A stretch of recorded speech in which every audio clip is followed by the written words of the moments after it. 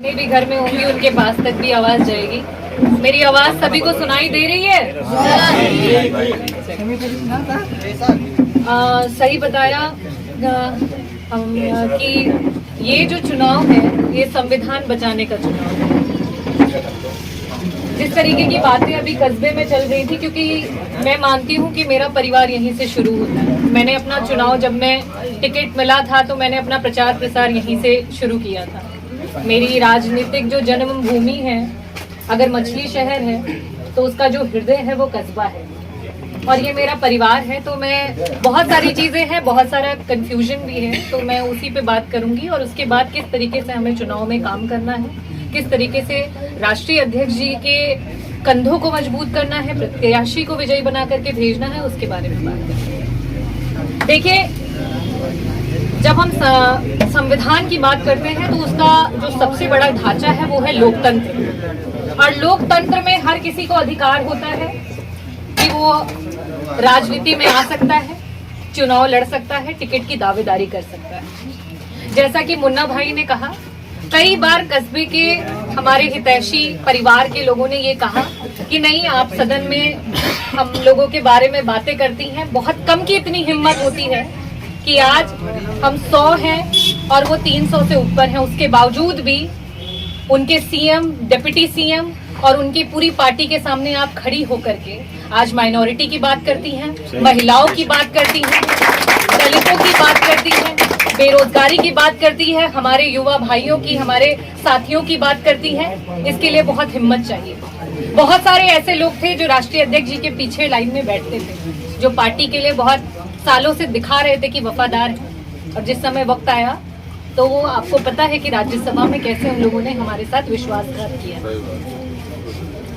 तो लोकतंत्र के नाते मुझे भी अधिकार था, और मैंने राष्ट्रीय अध्यक्ष जी से और आदरणीय डिम्पल भाभी से ये कहा था कि देखिए, जिस तरीके से हम पीडीए की बात कर रहे हैं, दलितों की बात कर रहे हैं, तो दलितों में जिस तरीके से एक पासी समाज है, वैसे ही एक खटिक समाज भी है।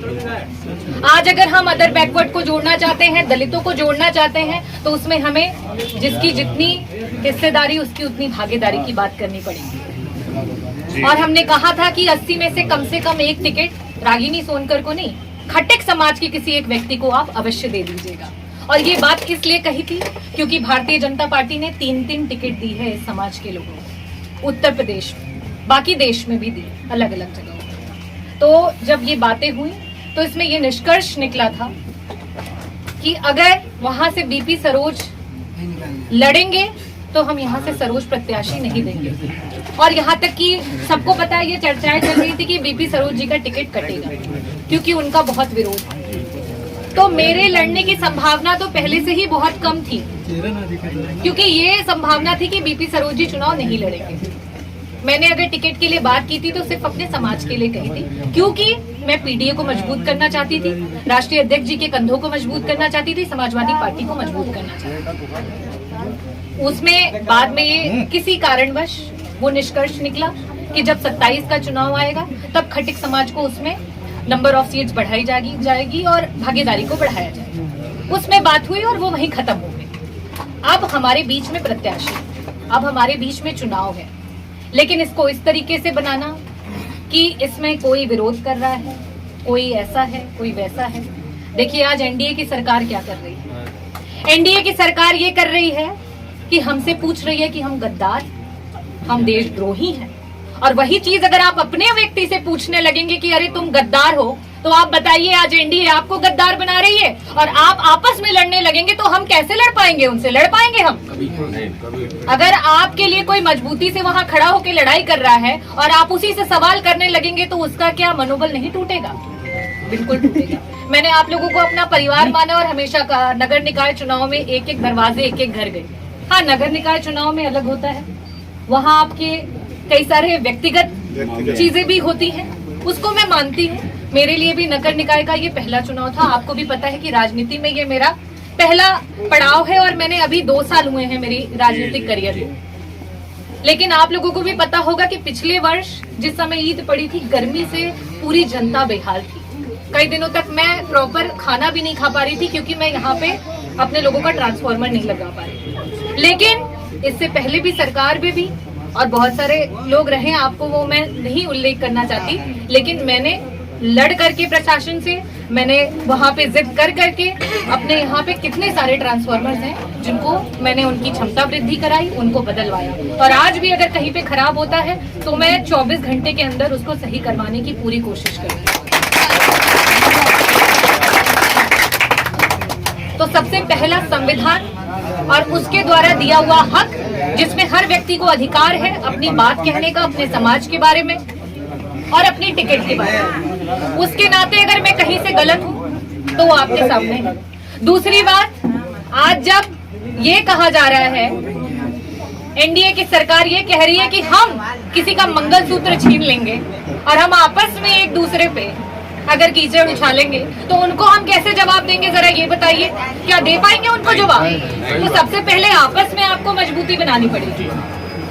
और दूसरी बात ये है, हम सब लोग राष्ट्रीय अध्यक्ष जी के इशारों पे यहाँ पे, राष्ट्रीय अध्यक्ष जी के सम्मान की वजह से, राष्ट्रीय अध्यक्ष जी ने मुझे यहाँ पे भेजा, आप लोगों ने आशीर्वाद दिया, विजयी बनाया और मुझे वहाँ पे भेजा कि मैं विधानसभा में आपकी आवाज उतारे। आज उन्होंने एक और प्रत्याशी आपके बीच में भेजा है, आपको सिर्फ और सिर्फ राष्ट्रीय अध्यक्ष जी का चेहरा देखना है और आपको पता है कि आपका चुनाव चिन्ह क्या है। इस समय वास्तविकता ये है, पूरे देश में जो चुनाव है वो बहुत साइलेंट है। और साइलेंट का रीजन भी ये है क्योंकि अगर हम साइलेंट नहीं होंगे तो हम पे अलग अलग तरीके के मुकदमे हो रहे हैं, हमें अलग अलग तरीकों से फंसाया जाता है। जहां हम आपस में चुनाव की बात करने बैठते हैं वहां कहते हैं ये दंगे करने के लिए बैठे हैं। तो हमें भी अपने आप को इस तरीके से समझना पड़ेगा, संभलना पड़ेगा और अपने नेता जो आपके लिए मर मिटने को तैयार हैं, जो आपके लिए हर जगह आवाज उठाने को तैयार है, उनके हाथों को आपको ही मजबूत करना पड़ेगा। कोई और उनको मजबूत करने के लिए नहीं आएगा, वो तो चाहते हैं। और आप वास्तविकता देखिए, आज भारतीय जनता पार्टी के पास उत्तर प्रदेश में कौन सी ऐसी दलित महिला है, आप मुझे ये बताइए।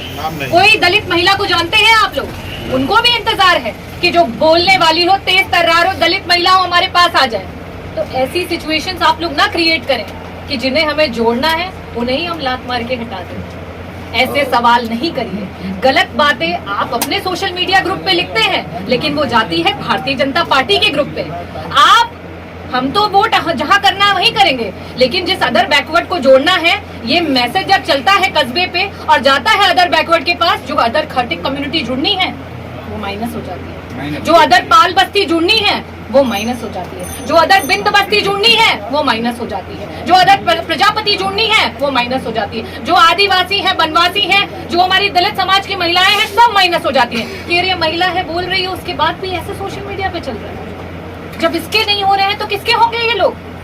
आज जब वो जान प्राण देकर के तैयार है लड़ने के लिए, तो ऐसी धारणाएं नहीं पैदा करनी। आपको बस एक चीज जाननी है कि हमें लड़ना है। जिसे जरूरत होगी वो साइलेंट होकर लड़ेगा, जिसे जरूरत होगी वो शोर करके लड़ेगा, लेकिन हम सबको लड़ना है। ये लड़ाई सिर्फ संविधान की नहीं है। आज यहाँ पे हमारा माइनॉरिटी समाज है, तो मैं आपको ये बता दूं, 10 साल में जो उत्पीड़न हुआ है उसे याद करिएगा और चुनाव के दिन तक याद रखिएगा, ताकि उस दिन सभी घर से निकले और जाकर के साइकिल का बटन दबा करके। और लास्ट में यही बात कहूं कि उगते हुए सूरज को कोई रोक सकता है?